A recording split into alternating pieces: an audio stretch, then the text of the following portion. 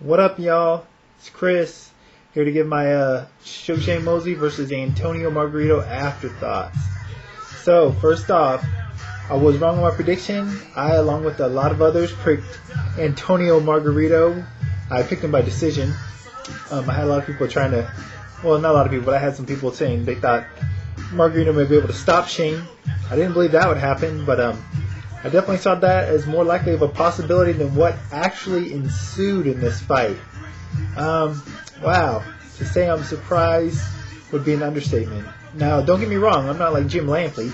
I'm not thinking this is the biggest shock or one of the biggest upsets of recent years, you know what I'm saying? I mean, if you believe that, then, you know, you're discrediting Shane Mosley, which I never did.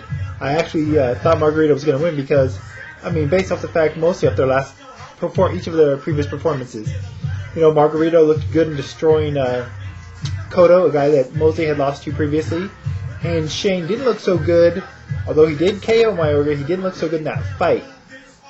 So, you know, I thought Shane was really slowing down, and I thought Margarito would be able to use his pressure and his size and his activity to overwhelm and outwork Shane. I thought he'd win a decision, you know, just by landing more punches.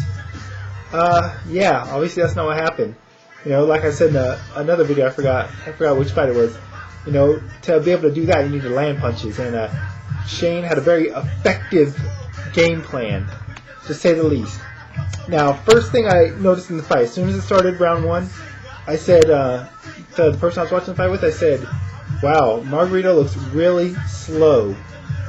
That person said, you know, well, of course he looks slow next to Mosley, which is true, you know. To be honest, Shane looks Shane looks better than he has and I've seen in recent years. Don't get me wrong, he looked really good in the second Vargas fight, but that fight didn't last very long. But this is the best performance I've seen from him in years. I mean, maybe since the De La Hoya fight, maybe. I don't know. I haven't seen Shane look this good in a really, really, really, really, really long time, as far as his overall performance. And credit to him for that. Anyways, yeah, I thought Margarito looked a little slow, and but the biggest thing besides Shane being able to land pretty much everything he threw, which seems to be Margarito's main, I don't know, it's his biggest attribute, that he can take so much punishment, but also his biggest deficit, in that he does absorb so many punches. And, you know, it'll be interesting to see his next fight, if the accumulation of all these punches he's taken over the few years, but especially these last few fights, has dented his chin, so to speak.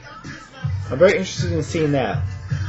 But anyhow, the other thing I noticed right away, after about a round or two, I thought to myself, it's a good thing for Shane Mosley that they do not have the same referee in here from last week's Berto Collazo fight, because Shane was grabbing and holding Antonio Margarito every single time they got inside. I mean, he would just wrap him up, hold him, wrestle him to the ropes. He would not let Antonio Margarito get off anything on the inside, body shots, anything. Don't get me wrong, that's a very, very wise decision, smart move, smart game plan, especially if you're successful with it, which he obviously was, and if the referee lets you get away with it, which he did. But I don't know, he did a lot of holding throughout the fight. Don't get me wrong, I'm not making excuses. I don't think it really played that big of a factor. I don't think it would have changed the outcome. I think Shane was probably, based on what I saw, he would have won the fight regardless. But I do think he was doing quite a bit of holding, maybe a bit too much. And I was surprised that the ref didn't even mention once, you know, don't hold so much. But, you know, whatever. It didn't really, you know, it didn't change what I think that final outcome would have been. Anyhow, Margarito was the easy target all night. Shane looked a lot faster than I've seen him look as of late. Always had good power, but he was really landing a lot of flush shots. Margarito just, I don't know, he wasn't able to respond as effectively. I don't know, Shane wasn't letting him get off, so it wasn't only on Margarito, but yeah, I mean, it was absolutely a one-sided fight. Even more so, I mean, as much as Hopkins-Pavlik was last year, but this one was much more damaging because Shane ended up taking Margarito out, something that Hopkins didn't do with Pavlik. Although he did come close a couple times. But, yeah, Shane really caught Antonio at the end. Margarito at the end of the 8th.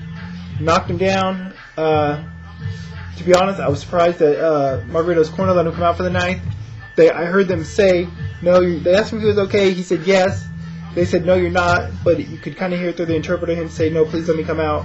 And they did. And Margarito said afterwards in the interview, post-fight interview, that he wanted to go out on his shield, so to speak. You know, if he wanted to go out, he wanted to be able to go out, you know, being knocked out or whatever. You know, and that's what gains a lot of fans, the hardcore Mexican fans, to fighters like that. Same with guys like Fernando Vargas and other guys like you know, Diego Corrales. These are guys that, you know, they get knocked down, they keep coming up till they can't get up anymore.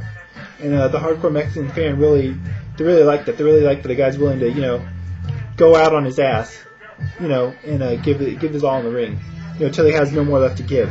I don't know if that's always the best for these guys for their careers, but it definitely helps build their fan base. As you heard, the fans in attendance applaud Margarito when he made that statement after the fight. So, anyways. Oh, yeah, anyway, so yeah, Margarito came out for the 9th. Shane knew he was still hurt, jumped on him. Referee could have stopped it a little sooner. They didn't, and so Shane ended it with his fists. So, great performance by Sugar Shane Mosley. I underestimated him, thought it would be a competitive fight. It wasn't, and that was because Shane dominated it. So, anyhow. Oh, real quick, also, they mentioned throughout the fight, or at the beginning of the fight, before the fight started afterwards, Margarito had some kind of substance, sound like some kind of foreign substance or object on his gloves that had to be retaped. It's going to be very interesting to see what this is about. I'm sure it's going to be investigated by the athletic commissions.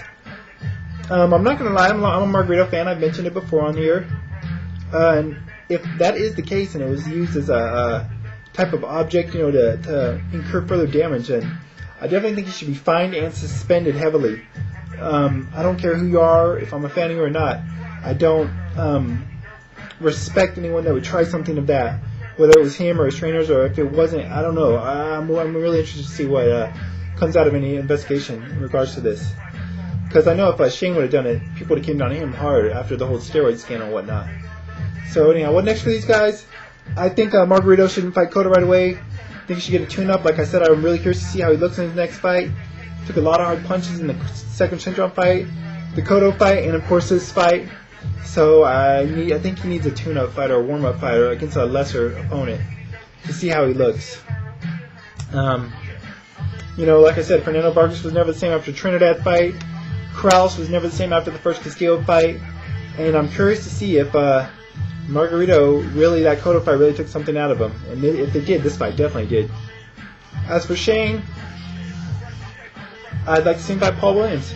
Everyone's saying Shane's the man at 147. I disagree. I didn't think Margarito was the man at 147 until Paul Williams says he's not going to fight there anymore, which he hasn't. I think Paul Williams is the man at 147, and I think that's the natural fight.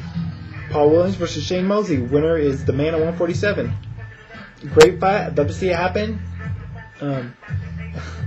I want to say I'd favor Paul Williams, to be honest, but you never know after the way Shane looked last night. Only other fights I really want to see Shane would be at 147 would be maybe I'd like to see a fight Claudy. I think that'd be a really good fight, awesome fight.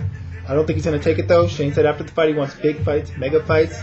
I don't think Claudy classifies as that quite yet because he's not that known in the public, although I think it'd be an awesome challenge. I don't think Berto's ready for Shane quite yet. And there's not really any other fights there for Shane. So if Mayweather's not going to come out of retirement, he might. You never know. You never know with Floyd. Or maybe Shane waits to get the winner of Pacquiao-Hatton. We'll see. I'm not sure. I think Pacquiao's going to win that fight. I don't know if he wants Shane at 147. It's good as Shane looked last night. We'll see. But like I said, I hope to see Mosley, Paul Williams next. Winner's the man at 147 in my opinion. Yeah, that's pretty much it, guys. Very, very shocking result. Shouts out to Borges, 17, I believe, or Borges. I forgot what his screen name is. He picked Mosley though, as did DeHaven, Brandif 17. They both picked Mosley, and they stuck with him throughout. People telling them they were going to lose, so they were proven correct, and a lot of us were proven incorrect. So, anyways, interesting fight, and definitely a shocking result. But like I've said before, if we were always right on our predictions, probably wouldn't like the sport as much as we all do. So, anyways, I'm out of here. Till next time. Bye.